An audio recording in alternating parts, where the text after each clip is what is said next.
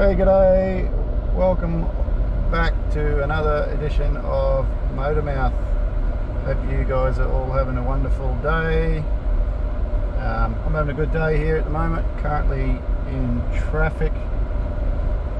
Have been for a little while, and probably will for a little bit longer as well yet. So got another probably 5-10 k's yet before we get to what I'm assuming is the roadworks that's holding all the traffic up. There's been roadworks up at up further here for the last couple of trips up and back, but currently I don't know what's so special about today that everyone's on the road, but yeah, been ticked along, and there's roadworks at about 15 k's an hour now for probably the best part of an hour, 45 minutes, and all the overhead signs are still saying that there's still plenty of roadworks, still plenty of congestion on the road. So hope you guys are all doing better than that. I've had a couple of coffees this morning, and I have had a bit of a ginger beer, so going along pretty nicely at the present. And just talking about traffic here at the moment brings me to one of the things I wanted to sort of talk about a little bit today was riding along on the motorbike in traffic. I have had that DR650 out a couple of times around home, and took it out on some longer rides, and have experienced some of the joys of being on a motorbike. Impatient car people. I had a person in a car decide to drive along at 5 k's an hour faster than what I was going on my back number plate for a little bit, and then because I proceeded to move over into one of the tyre tracks, to the left-hand tyre track, they decided to overtake me on a single lane road where there was only enough room for me and their car in the one lane. So that was interesting. Double lines going the other way in the middle of the day. Wednesday, I think it was. So yeah, there's some boneheaded drivers around for sure. And yeah, just generally driving through traffic is something that's taken a little bit of getting used to around here. I've said to you before, I've ridden in a fair bit in the past and in a lot of traffic in the past, but I'm just a little bit cautious at the moment.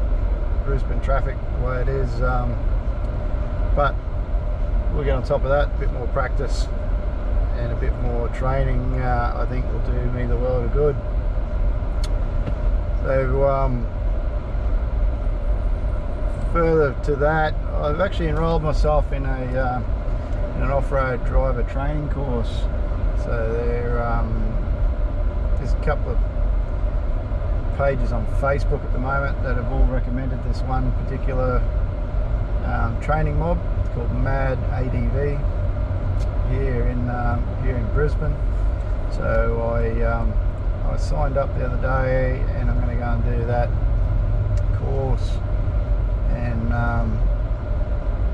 if I can ever get finished these house renovations I'm currently undertaking and get some time in the saddle on that motorbike, I'm sure those two things combined, a bit more practice and a bit more actual training from an accredited instructor, we'll see me progress a bit quicker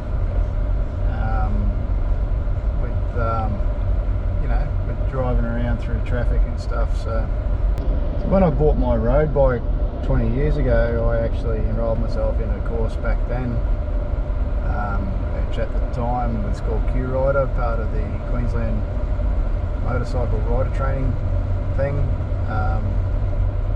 and was a company set themselves up where I lived in Rocky at the time called Q Ride, and I did training through them, which was really good. So they go through all the drills. I'm sure a lot of the accredited courses are similar. They go through braking drills, counter steering, emergency counter steering, swerve, just general riding things for beginners and people that want to step up to a bigger bike. It's one of the ways that you can do that here in Queensland, is to take this course and made me a much better rider, so a lot more confident on the road and a lot better rider out on the road. But as I've sort of alluded to in the past, 15, 20 years of driving around in a car has given me some bad habits that I sort of wanted to break pretty quick before I get back full speed into this bike thing. So I'm not sure yet if I'm going to do another on-road course, whether I do this, I'll see what happens when I do this off-road style course, whether he covers a lot of the same basic stuff.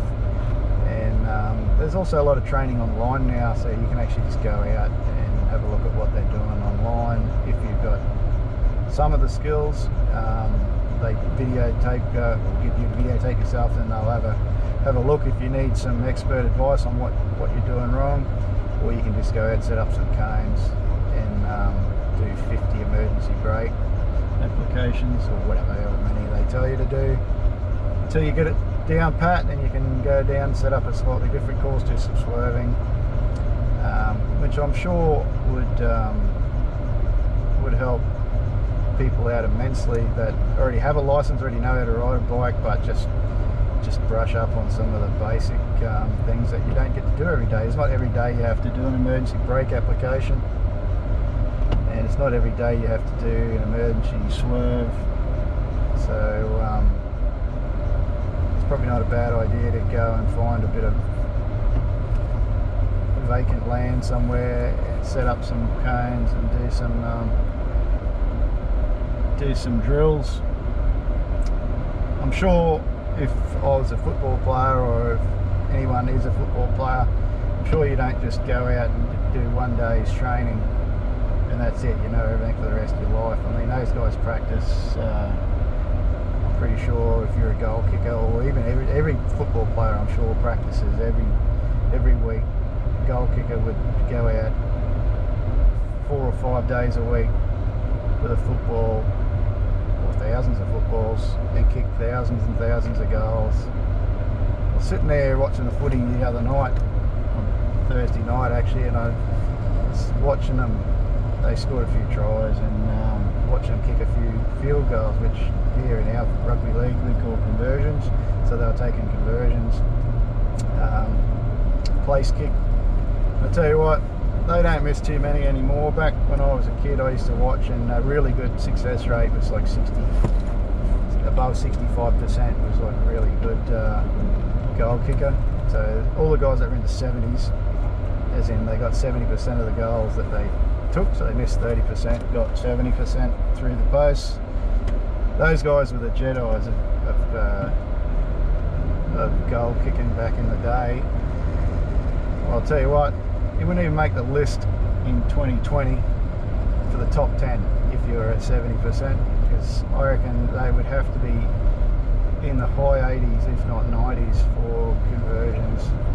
I think I'll make kick 7 from 7 in the game that I watched, and they probably only miss maybe one every week, or some of them don't. I'm pretty sure some of them don't miss for a couple of weeks in a row, so we don't even miss one every week, depending where they are on the field, of course. So yeah, just a little side note about the footy. So yeah, those guys must practice a lot. Is getting back to where I was going with this.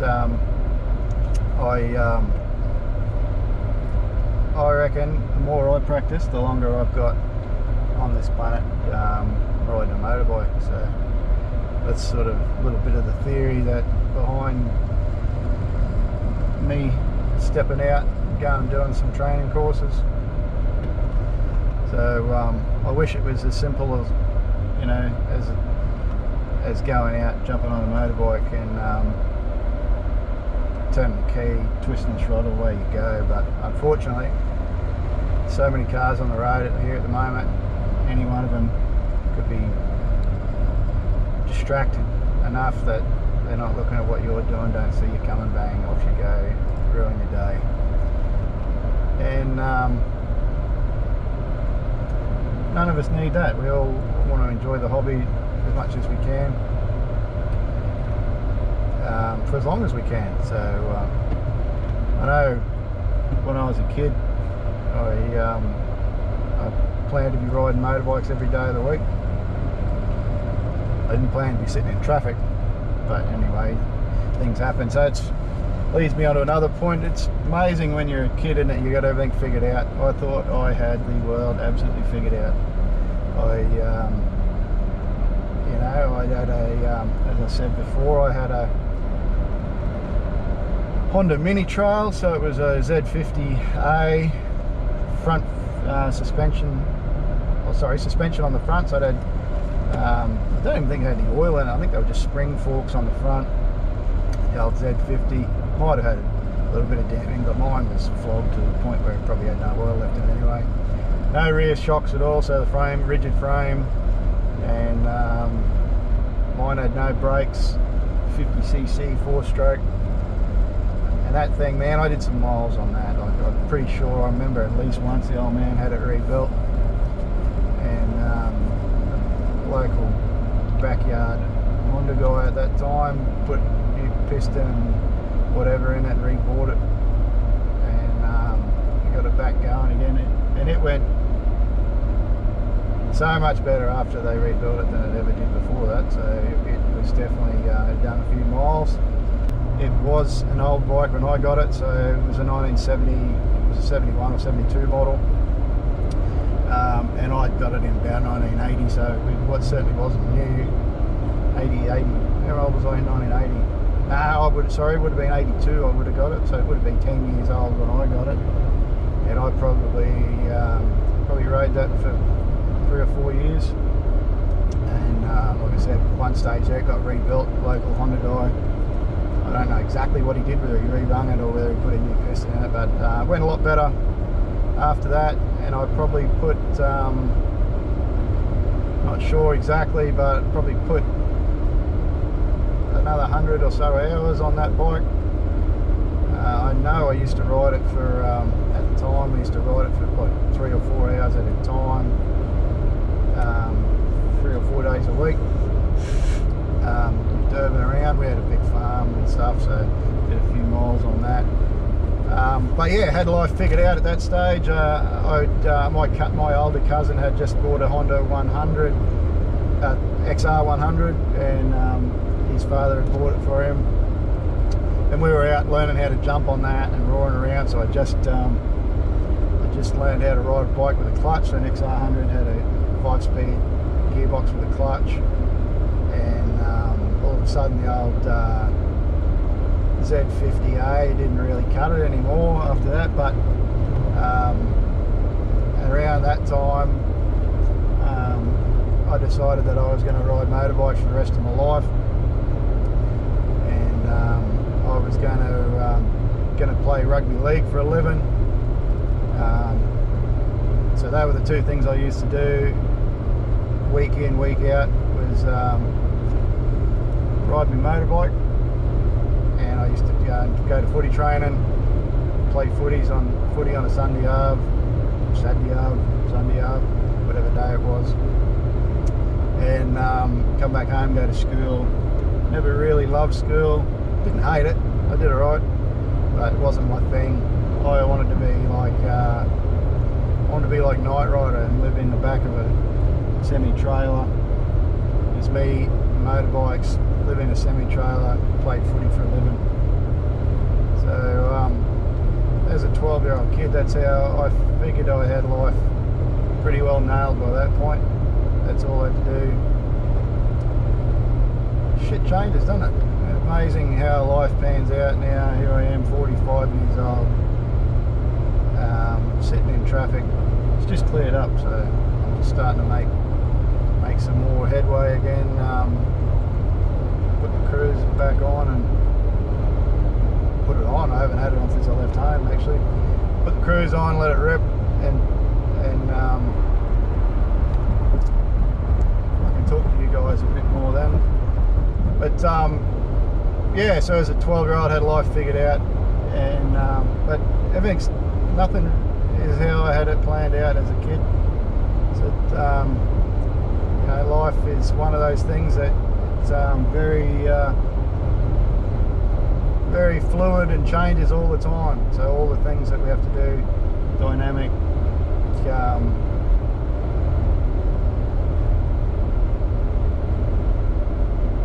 Life changes all the time, so we've got to be dynamic and we've got to move with the flow of the population. So we need to constantly evolve. Constantly evolve means constantly training. So that's so I guess that's the theme of the Moto Mouth for today. Is all about go out, get yourself some training. Don't be scared of